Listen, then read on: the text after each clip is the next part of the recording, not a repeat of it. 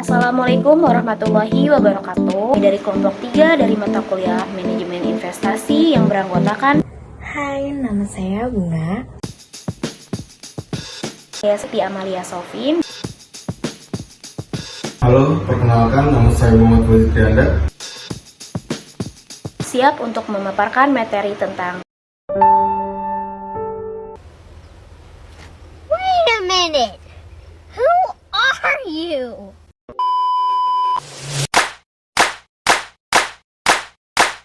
konsep aset dan instrumen keuangan dalam akuntansi. Materi pertama akan dibacakan oleh Bunga Septiana. Pengertian aset dalam akuntansi.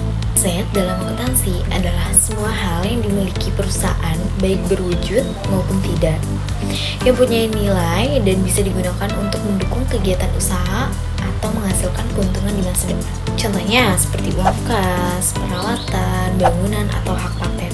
Selanjutnya di sini ada aset sebagai sumber ekonomi. Aset adalah sesuatu yang dimiliki oleh seseorang, perusahaan yang memiliki nilai ekonomi dan bisa memberikan manfaat di masa depan. Aset ini digunakan untuk menghasilkan uang, membantu operasional, atau dipakai untuk kegiatan lainnya yang menguntungkan. Contohnya, pertama itu seperti uang tunai di dompet atau rekening bank bisa digunakan untuk membeli barang atau investasi. Tanah atau bangunan, jadi bisa digunakan sendiri atau disewakan untuk menghasilkan uang. Jadi kenapa disebut aset sebagai sumber ekonomi? Karena aset membantu menghasilkan pendapatan atau nilai tambah baik sekarang maupun di masa depan. Jadi tanpa aset, kegiatan ekonomi akan sulit berjalan karena tidak ada alat atau modal untuk berproduksi. Pengertian aset dalam akuntansi. Yang pertama, klasifikasi aset dalam akuntansi.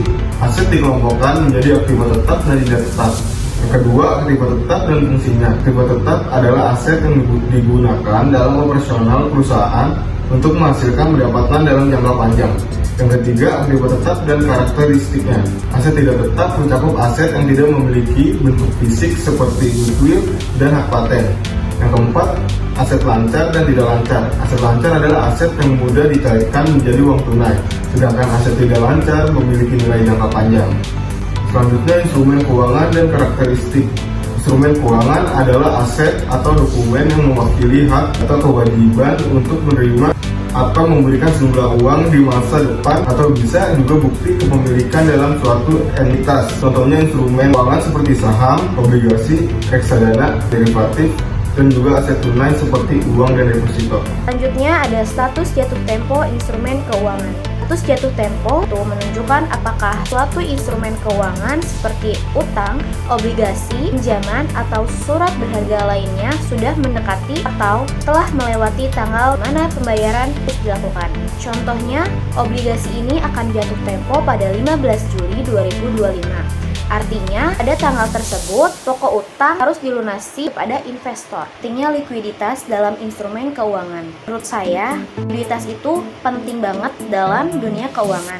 Apalagi kalau kita bicara soal instrumen keuangan seperti saham, obligasi, atau reksadana. Likuiditas ini bisa dibilang sebagai seberapa gampang tapi kita bisa jual atau cairkan suatu aset jadi uang tunai. Perbedaan aset tetap dan aset tidak tetap. Aset tetap atau aset adalah aset yang memiliki wujud fisik dan digunakan untuk menghasilkan pendapatan dalam jangka waktu yang panjang seperti tanah, bangunan, mesin, dan peralatan. Aset tidak tetap karena aset adalah aset yang diharapkan dapat dikonversi menjadi uang tunai atau digunakan dalam waktu 1 tahun seperti uang tunai, piutang, dan persediaan.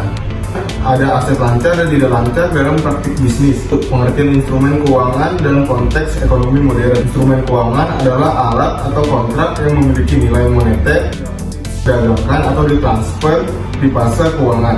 Dalam konteks ekonomi modern, instrumen keuangan berperan penting dalam mendukung pertumbuhan ekonomi, pemindahan modal, dan manajemen risiko. Kedua, peran instrumen keuangan dalam aktivitas bisnis. Peran instrumen keuangan dalam aktivitas bisnis itu penting banget. Secara sederhana, instrumen keuangan seperti saham, obligasi, pinjaman, atau deposito itu jadi alat bantu buat perusahaan mengatur keuangannya. Misalnya, Kalau perusahaan butuh dana buat berkembang, mereka bisa bikin obligasi atau cari pinjaman. Kalau kelebihan dana, bisa investasi ke instrumen lain biar uangnya berkembang, bukan cuma nganggur. Jadi instrumen keuangan bantu bisnis biar bisa lancar, tumbuh, dan tetap stabil dari sisi keuangan. Yang ketiga, contoh instrumen keuangan yang umum dikenal, berbagai instrumen seperti saham, obligasi, dan derivatif menciptakan peluang investasi dan pembiayaan bagi perusahaan.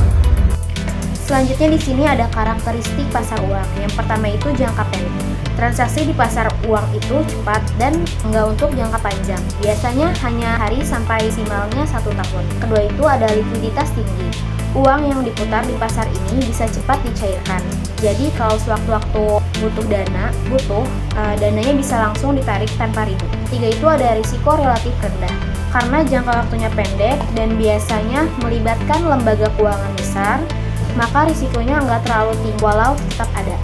Kesimpulan materi kita hari ini, konsep aset dan instrumen keuangan itu saling melengkapi dan sangat penting dalam akuntansi. Aset adalah segala sesuatu yang dimiliki perusahaan dan bisa memberikan manfaat ekonomi di masa depan. Misalnya, kas, piutang, perlengkapan, atau tanah. Aset ini menunjukkan seberapa besar kekayaan yang dimiliki perusahaan dan jadi dasar utama untuk menjalankan operasional bisnisnya. Sementara itu, instrumen keuangan adalah alat atau perjanjian yang menyangkut keuangan, saham, obligasi, pinjaman, atau surat utang. Dalam akuntansi, instrumen keuangan bisa dicatat sebagai aset kalau perusahaan punya hak atas uang atau investasi, atau sebagai kewajiban kalau perusahaan punya utang ke pihak lainnya. Jadi pemahaman soal dan instrumen keuangan itu sangat penting supaya kita bisa mencatat nilai posisi keuangan perusahaan dengan akurat.